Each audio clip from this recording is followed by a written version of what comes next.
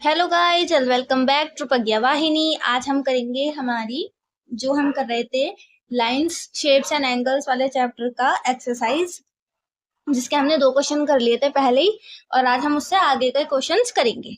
ठीक है, तो हमने एक्सरसाइज में क्या क्या कर लिया था? कल हमने 2 क्वेश्चन तक कर लिया था। आज के दिन हम लिखेंगे राइट द नेम। क्वेश्चन क्या लिखा हुआ है इसमें? Right the name, acute, obtuse etcetera of the angle. तो मैंने आपको क्या बताया था कि हमारे एंगल को हमने कितने टाइप्स में डिवाइड किया था? 3 में किया था। एंगल कितने टाइप के होते हैं? 3। एक होता है 90 डिग्री, जिन्हें हम कहते हैं राइट एंगल। ठीक है। एक होते हैं हमारे 90 डिग्री से बड़े। ठीक है, उन्हें हम क्या कहते हैं? उन्हें हम कहते हैं ऑब्ट्यूज एंगल। और जो होते हैं हमारे 90 डिग्री से छोटे, उन्हें हम क्या कहते हैं? उन्हें हम एक्यूट एंगल बोलते हैं। ठीक है, उन्हें हम क्या बोलते हैं? हमारा एक्यूट एंगल बोलते हैं। ठीक, तो हमें इसी तरीके से इन्हीं तीनों को हमें देखकर और इनमें फिल करना है। ठीक है, अब आप यहाँ पर देखो, ये चीज जो है 179 90 डिग्री से बड़ा है या छोटा है? 90 डिग्री से ये चीज तो बड़ी हो गई है कि नहीं? 90 डिग्री से ये वाला जो एंगल है ये बड़ा है ना, तो ये कौन सा हो जाएगा? हमारा ऑब्ट्यूज एंगल हो जाएगा। तो हम यहाँ पे लिख देंगे ऑब्ट्यूज। सही है।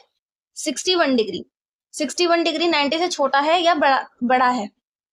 61 डिग्री जो है वो 90 से छोटा एंगल है ना। 61 से 90 जो है वो बड़ा है, तो ये क्या हो जाएगा? एक्यूट एंगल हो जाएगा। क्या हो जाएगा? एक्यूट। 100 90 से बड़ा है, तो ये क्या हो जाएगा? ऑब्ट्यूज। 92 90 से थोड़ा सा बड़ा है ना, तो इसे भी हम क्या लिखेंगे? ऑब्ट्यूज ही लिखेंगे। 90 से क्योंकि है बड़ा, तो हम इसे क्या लिखेंगे? ऑब्ट्यूज लिखेंगे। ठीक है। 142 भी बड़ा है 90 से, इसे हम क्या लिखेंगे? ऑब्ट्यूज लिखेंगे। 316 भी बड़ा है, तो ऑब्ट्यूज लिखेंगे। 205 भी बड़ा है, तो इसे भी हम ऑब्ट्यूज एंगल लिखेंगे। 90 डिग्री, 90 डिग्री क्या होता है? मैंने आपको बताया राइट एंगल होता है। ठीक है, इसको हम क्या लिखेंगे? राइट एंगल लिखेंगे। और 1 डिग्री जो है वो 90 से बहुत ज्यादा छोटा है, तो हम इसको क्या लिखेंगे? हम एक्यूट एंगल लिखेंगे। क्या लिखेंगे? Acute angle. ठीक है, इस तरीके से आपको ये चीजें फिल करनी थी। आई होप आपको ये चीजें समझ में आ गई होंगी। अब हम देखेंगे इसका नेक्स्ट क्वेश्चन क्या कह रहा है।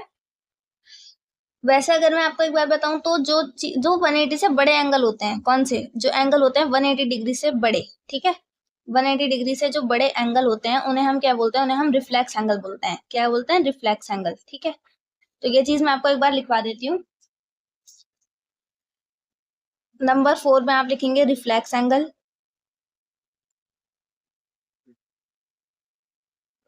An angle is called reflex angle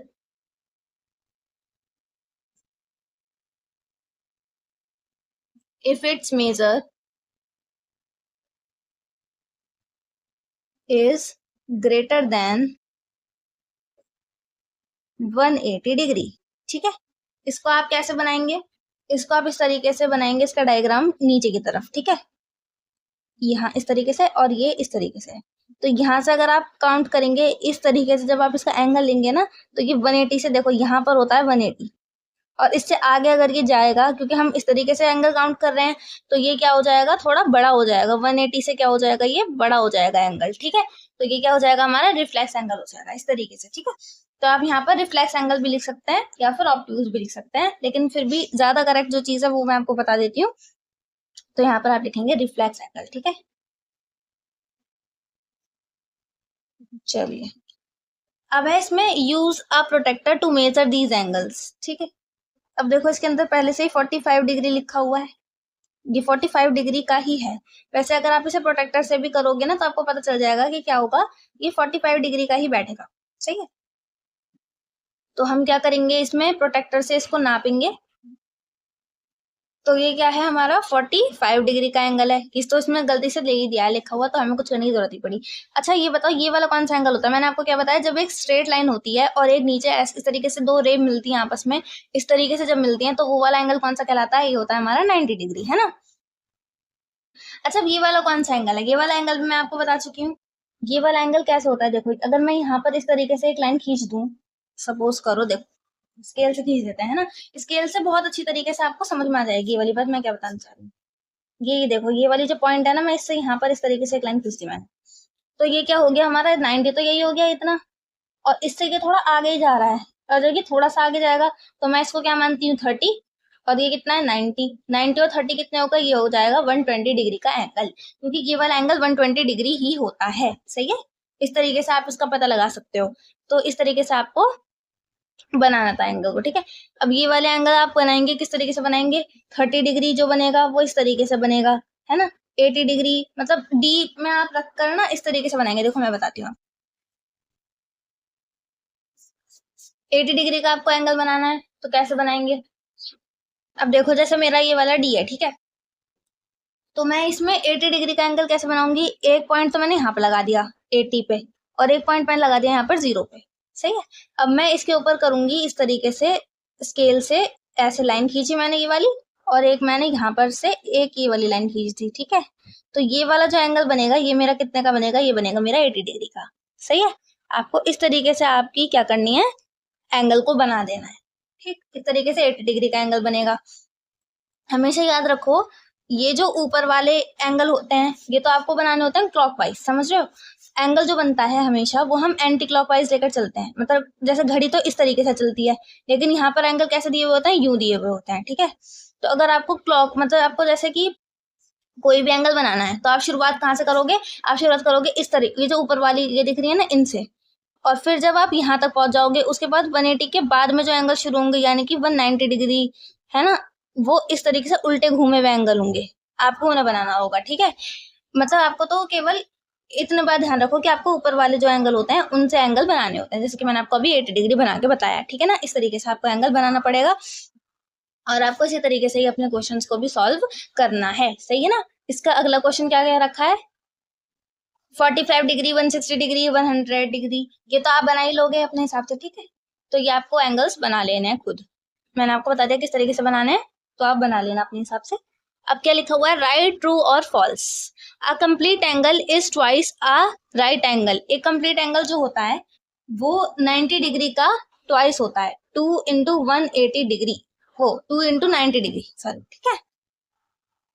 तो क्या ये बात सही है, कंप्लीट एंगल होता क्या है, पहली बात तो आपको ये जाननी पड़ेगी कंप्लीट एंगल होता क्या है, ठीक है। कंप्लीट एंगल क्या होता है, जब हमारा कोई भी एंगल जो होता है वो 1 डिग्री होता है उसको हम क्या बोलते हैं, कंप्लीट एंगल बोलते हैं। केवल 1 डिग्री पर एंगल जो होता है हमारा कंप्लीट होता है, ठीक है। क्योंकि वो वाला जो एंगल होता है वो लगभग हमारी, जैसे मैंने मान लो इस तरीके से बनाया, बिल्कुल इस तरीके से बनाऊंगी मैं, ये वाला जो एंगल होगा ना ये 1 डिग्री होगा, इसको मैं कंप्लीट एंगल बोलूंगी। लेकिन ये वाला जो एंगल हो जाएगा, ये कौन सा एंगल हो जाएगा, ये तो लाइन एंगल हो जाएगा ना मेरा। तो मैं इसको कभी भी कंप्लीट एंगल नहीं बोल सकती, क्योंकि ये तो कंप्लीट एंगल तो ये यहाँ से लेकर और यहाँ तक होता ना,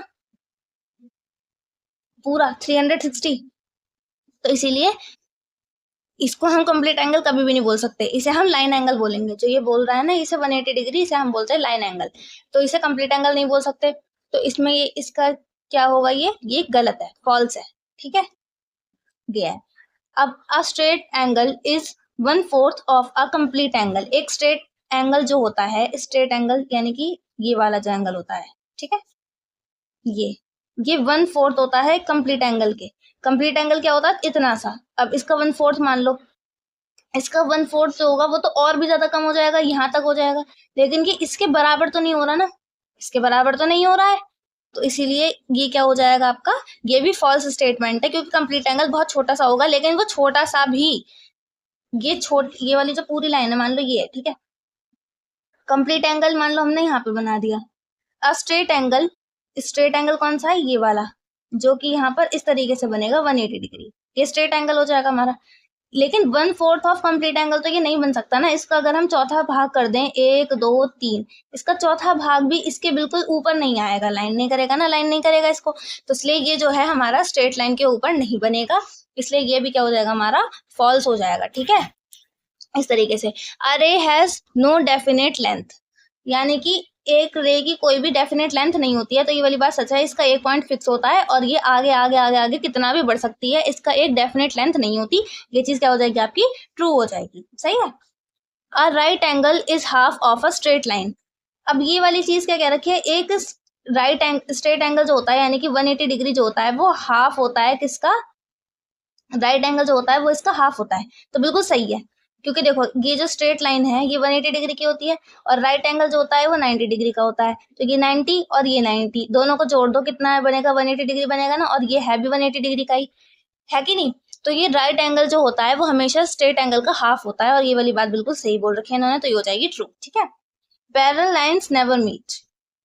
पैरेलल लाइंस क्या होती हैं, आपको ये समझना पड़ेगा। पैरेलल लाइंस क्या होती हैं कि जैसे एक लाइन इस तरीके से और एक लाइन इस तरीके से, जैसे रेल की पटरी होती है वो होती हैं पैरेलल लाइंस। ठीक है, जो कि कभी भी एक दूसरे को इंटरसेक्ट नहीं करती। ठीक है, ये आगे आगे आगे आगे बढ़ती चली जाएंगी, ये भी आगे आगे बढ़ती चली जाएंगी। क्या ऐसा कोई भी पॉइंट आएगा जहां पर ये दोनों मिल जाएं या इंटरसेक्ट कर जाएं? नहीं, जब तक हम इन्हें इस तरीके से नहीं वो करवाएंगे इंटरसेक्ट जानबूझकर, जब तक तो ये नहीं मिलेंगी ना, आगे आगे इसी तरीके से बढ़ती चली जाएंगी। रेल की पटरियां जो होती हैं वो कभी मिलती हैं? अब आप अगर कहो कि हाँ ऐसे करके मिलती हैं, तो ये तो दूसरी पटरी हो गई ना। ये वाली एक ही पटरी जो है, एक ही पटरी की लाइन अगर इस तरीके से मिलेगी तो ट्रेन तो पटरी से नीचे उतर जाएगी, लोग मर जाएंगे, है नहीं।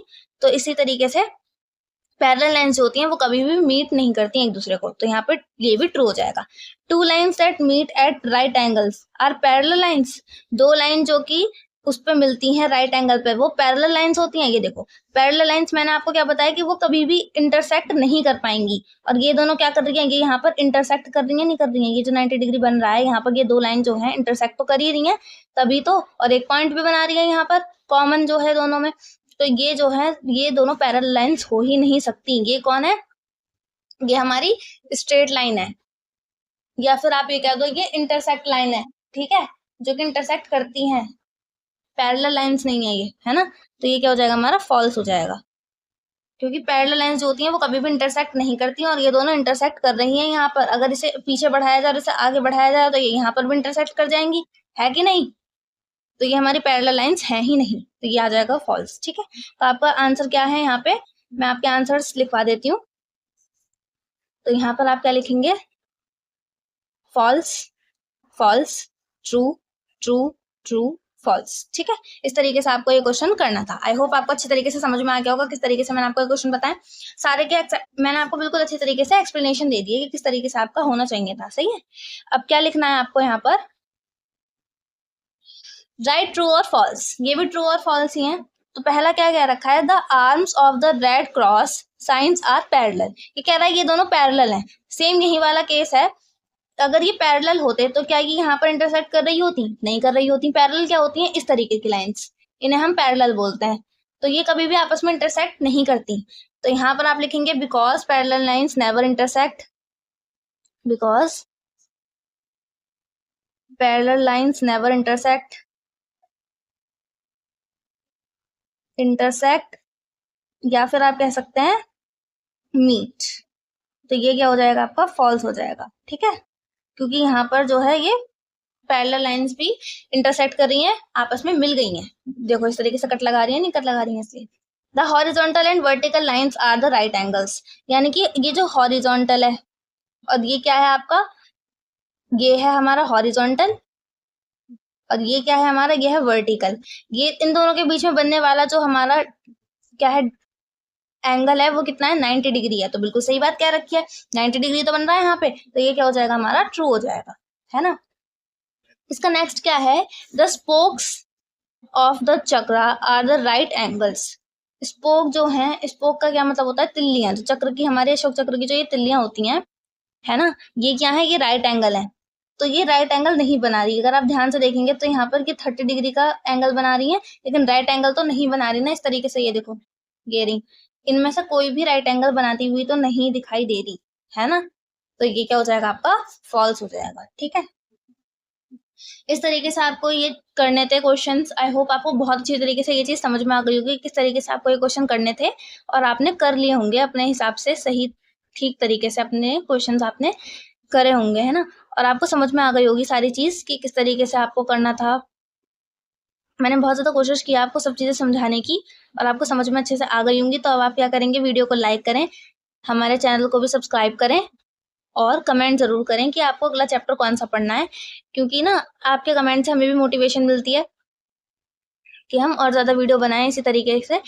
और कमेंट करना तो बिल्कुल भी ना भूलें, क्योंकि कमेंट करेंगे आप तभी तो हम मोटिवेट होकर और ज़्यादा वीडियोस बनाएंगे ना, क्योंकि मुझे खुद नहीं पता होता कि मैं नेक्स्ट कौन सा चैप्टर शुरू करूँ। अभी तो चलो ये वाला चैप्टर है, आगे भी इसके अंदर है बताने लायक चीज़ें, लेकिन जब ये चैप्टर खत्म होगा उसके बाद मैं कौन सा चैप्टर शुरू करूँ, तो मेरे सर में इसी चीज़ को लेकर के दर्द रहता है बिल्कुल कि अगला चैप्टर क्या शुरू मैं करूँ। तो इसलिए आप प्लीज़ मुझे ज़रूर बताना कि आपको नेक्स्ट चैप्टर किस चीज़ का चाहिए, है ना? वीडियो को लाइक ज़रूर करना, कमेंट ज़रूर करना और इस वीडियो को शेयर ज़रूर करना अपने सभी फ्रेंड्स के साथ में, और चैनल को सब्सक्राइब करना। तब तक के लिए thank you and thanks for watching. See you soon.